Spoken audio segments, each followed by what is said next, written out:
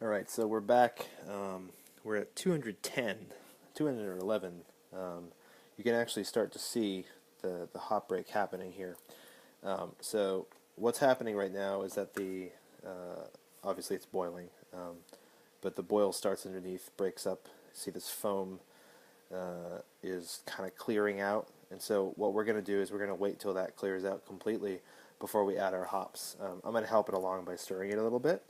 Um, you see it's actually not really helping, it's just distributing it evenly, but it does eventually help. So we don't want too intense of a boil, so I'm going to actually turn the heat down just a little bit. I'm on an electric stove, which is pretty terrible. If you're on gas, you actually have to be a little bit more careful, because what you don't want is you don't want it to get too hot. As you can see, this foam is getting everywhere, and so you really got to control your temperature because it will foam over if you have a small pot. So I'm going to turn it way, way, way down just to help prevent that until that foam clears out. If you're at all close to the rim of your pot, which I am, like I said, this is a 2-gallon pot with 1.5 gallons of liquid in it already. You don't want to foam over because when that stuff gets on your burners, it is nasty. So I really recommend at least closely monitoring your temperature. I mean, I turn my burner down to 5. I have this crappy electric stove.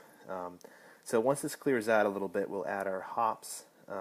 As I've said before, we've only doing 1/4 ounce, so it's not going to be anything crazy in terms of flavor, but it will give some really citrusy notes to the beer. To the cider.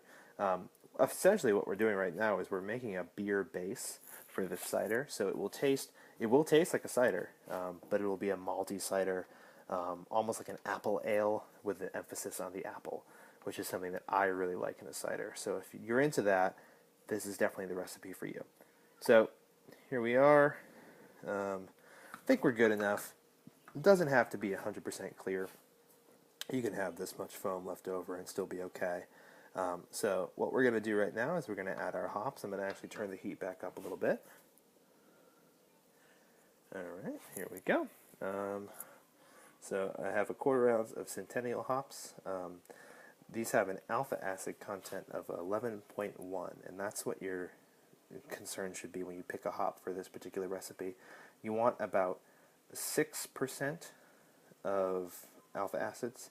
So where mine are 11, I use half of the normal amount I use, which is half an ounce. So I use 1/4 ounce. If you have questions about that, you can shoot me an email at thebrewcast@gmail.com. But I'm going to throw these in, and we'll go from there. Hey, they're in there. Pellet hops, they dissolve very quickly, and so we're putting these in just for the sake of some additional flavor. You can see there's a little greenish tinge here to what's going on in the pot, and that has to do with the fact that the hops are green and the pellets are breaking up as they go. Now, when you do this as a full recipe, it will foam like crazy when you add hops in, but because we have such a small content of hop matter, it's not going to really do much. Just going to add a little bit of flavor. Let me get a whiff here because I need to. Oh, it smells so good. It doesn't smell like cider because there's no apple in there, but it does smell delicious, and so we will make sure that we handle that. So that said, we're going to boil this for about half an hour. That'll extract some essential oils from the hops. That will make sure that we get as much flavor as we're going to get from them. Half an hour is not so long that we'll get a lot of bitterness, which is why we only do it for half an hour, not a full hour.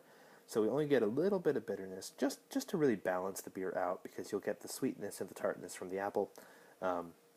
So we want to balance that flavor out.